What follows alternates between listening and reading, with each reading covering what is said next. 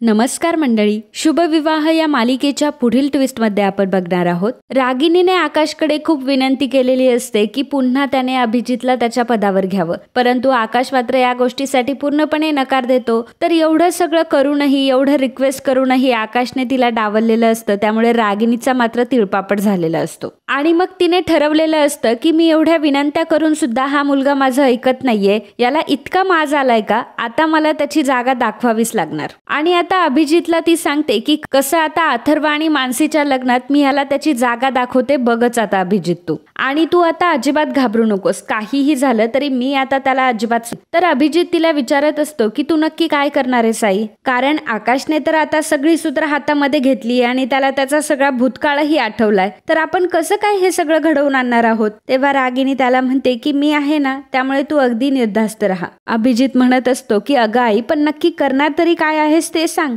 तर रागिनी आता अथर्व आणि मानसीच्या लग्नामध्ये एक नवा बॉम्ब टाकणार असते आणि असं काहीतरी करणार असते की ज्यामुळे भूमी आणि आकाश कायमचे दुरावले जातील. तर रागिनी सांगते की आता आपण एक नवा डाव टाकायचा आहे. आता आपण असं काहीतरी करायचंय की तो धक्का आपण आकाशला नाही देणार, तर तो धक्का देणार आहे भूमी. जेव्हा भूमी आकाशला जबरदस्त धक्का देईल तेव्हा आकाश पूर्ण डिप्रेशन मध्ये जाईल, त्याला पूर्णपणे धक्का बसेल आणि याच गोष्टीचा फायदा आपण घ्यायचा आहे आणि पुन्हा आकाशला येडं बनवायचंय आणि पुन्हा त्याचं खेळणं म्हणूनच वापर करायचा आहे. असं म्हणून आता रागिनी तिला आलेले अश्रू पुसते. तर अभिजित म्हणतो की आई, तू आधी सुद्धा असं बोलली होतीस, पण असं तर काहीच झालं नाही. आणि तू ऐकलं होतं ना आकाशने आता काय शपथ घेतलीये. आकाश आता भूमीला तर बरं करणारच आहे, सोबतच तो आपल्या कंपनीत देखील लक्ष घालणार आहे. तर रागिनी म्हणत असते की तुला अजून माहित नाहीये मी काय करणार आहे ते, परंतु रागिनीला या गोष्टीची खबरही नाही की तिच्या सोबत खूप मोठा गेम होणार आहे. रागिनी आता अभिला तिचा प्लॅन समजावून सांगत असते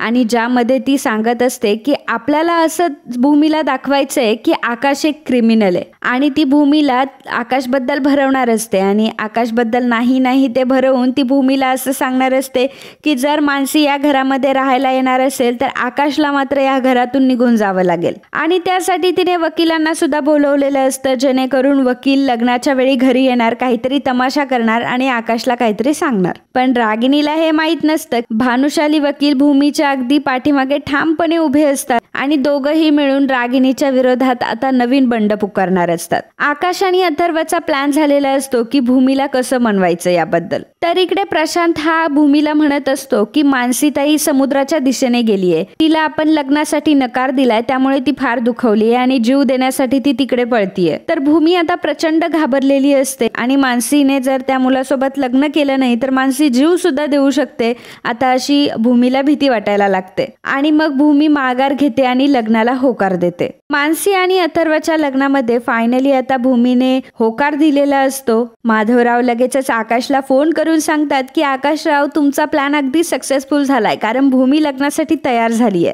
भूमीने लग्नासाठी होकार दिलाय आणि किती आनंदाची बातमी आहे नाही. रागिनीला खरं तर ते पटलेलं नसतं, परंतु रागिनी असं दाखवत असते की हो, खरंच खूप आनंदाची बातमी आहे आणि आता तर हे लग्न अगदी धूमधडाक्यात होणार. आजीला ती म्हणत असते की आपण ह्या लग्नामध्ये भूमीला काही आठवून देण्याचा प्रयत्न करूयात का. आजी म्हणते की बघ बाई, तुला जे करता येईल ते कर. रागिनीचा मात्र वेगळाच काहीतरी प्लॅन असतो. रागिनी आता वकिलांना बोलवणार असते आणि भूमी समोर ती वकिलांना बोलायला सांगणार असते की कशा प्रकारे सगळी प्रॉपर्टी फक्त आकाशला हडपायची आहे आणि अथर्वला आणि अभिजितला तो काहीही देणार नाहीये, त्याला सगळी प्रॉपर्टी त्याच्या घशात घालायची आहे आणि मग पुढे जाऊन मानसीचं आणि अथर्वचं काही खरं राहणार नाही, असं काहीतरी वकिलांना ती भूमीला भरवायला सांगणार असते. खरं तर यामागे तिचा एकच स्वार्थ असतो की काहीही करून तिला अभिजितला पुन्हा कामावर पाठवायचं असतं, पुन्हा त्याचं पद त्याला मिळवून द्यायचं असतं आणि कंपनीतले शेअर सुद्धा. तर रागिनीच्या प्लॅन प्रमाणे वकील हे भूमीकडे गेलेले असतात आणि भूमीला आता त्यांनी सांगितलेलं असतं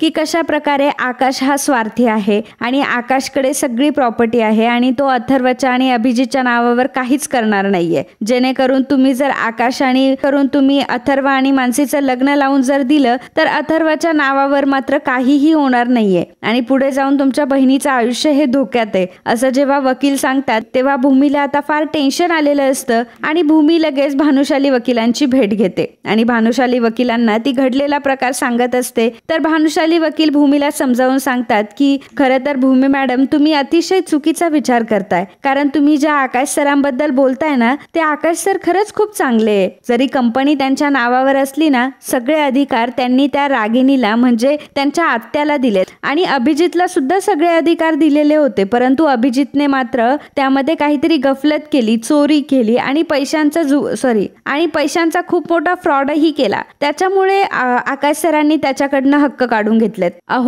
अहो पण अथर्व अजिबात तसा नाहीये। अथर्वचा स्वभाव अभिजित पेक्षा पूर्णपणे वेगळा आहे। तुम्ही आता इथे चुकताय आणि आकाशवर तुम्ही चुकीचे आरोप करताय। भानुशाली वकील आता भूमीच्या डोळ्यांवरती जी पट्टी बांधलेली असते ती पट्टी आता काढतात, त्यामुळे भूमीला आता सगळं लख्ख दिसायला लागतं। तेव्हा भानुशाली वकील आता भूमीला हे सगळं खरं सांगतात, तेव्हा भूमीला आता खरं सगळं पटलेलं असतं आणि भूमी आता लग्नामध्ये मोठा तमाशा करणार असते। लग्न आता ठरलेलं असतं आणि भूमीला आता खरं कळल्यानंतर आणि रागिणीच्या वकिलांनी सांगितल्यानंतर सुद्धा भूमी लग्नाला तयार झाली, त्यामुळे रागिणीचं डोकं सरकलेलं असतं। त्यामुळे आपण स्वतःच जाऊन आता भूमीला सगळं काही खरं सांगूयात असा डाव आता रागिणीने रचलेला असतो।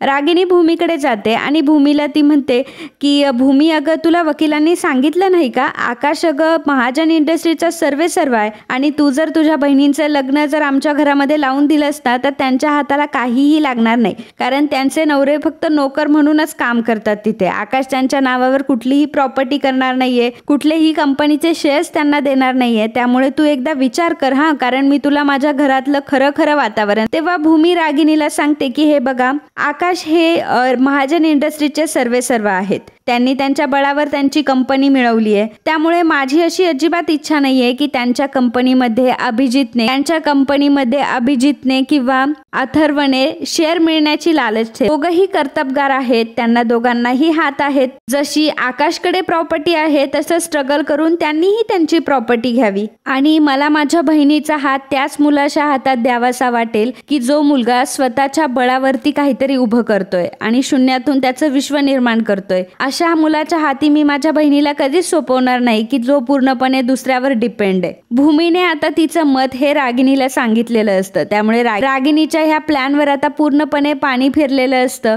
आणि भूमी आता धूमधडाक्यात आता मानसी आणि अथर्वचं लग्न लावून देणार आहे। तर मित्रांनो असेच मालिकांचे ट्विस्ट बघण्यासाठी आताच आपल्या चॅनलला सबस्क्राईब करा आणि हा व्हिडिओ जर तुम्हाला आवडला असेल तर व्हिडिओला लाईक आणि कमेंट करायला अजिबात विसरू नका। धन्यवाद।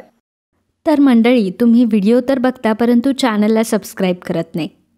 आम्हाला तुमची खूप गरज आहे आणि तुमचं एक सबस्क्राईब करणं आमच्यासाठी खूप महत्त्वाचं आहे आणि लाख मोलाचं आहे, त्यामुळे सबस्क्राईब करायला अजिबात विसरू नका आणि लगेच आपल्या चॅनलला सबस्क्राईब करा। धन्यवाद।